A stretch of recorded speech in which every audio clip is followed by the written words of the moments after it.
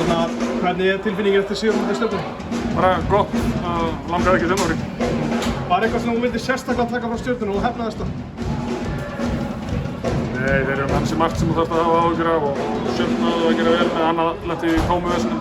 Talaðu sumarfríði, varstu stressaður? Þetta getur endað í sumarfríði? Nei, stressaður, alltaf eins og þegar þú fer í leiki, það er bara tilhökun að fara að keppa.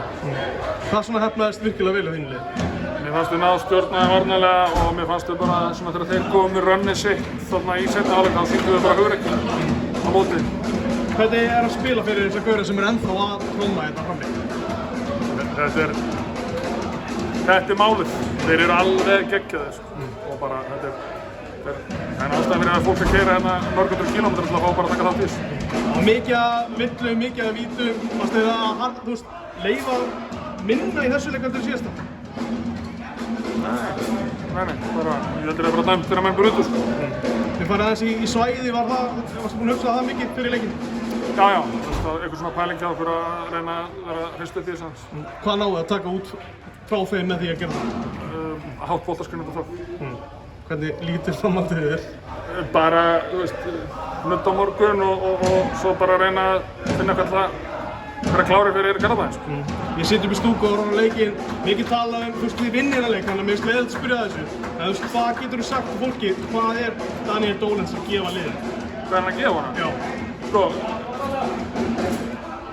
þó hann sé ekki með íslenskt ríkisfang, þá er hann bara liðsmaður hjá okkur.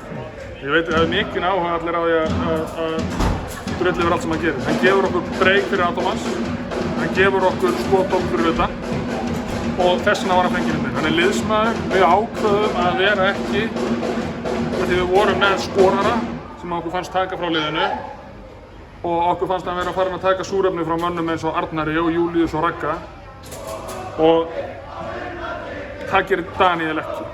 Hann gefur okkur einfaldlega bara þetta að koma inn fyrir Atomas, hjálpa okkur þar og hann gefur mönnum súrefni, hann tekur það ekki frá þeim og það er mikilvægt þannig að við þurfum að vera að fá framlag frá Ragnari, Júlíusi, Pétri og þessum heimastrákum því að ef það verður ekki þá er körfubolti á Sauðárkróki ekki landið. Hvað þurfa að gera í leik 4? Vera betur en Stjarnan. Hvernig var að sjá bróðinn koma og horfa á þetta?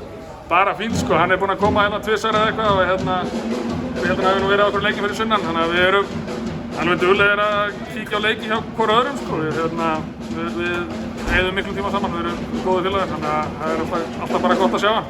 Til hamingju. Takk.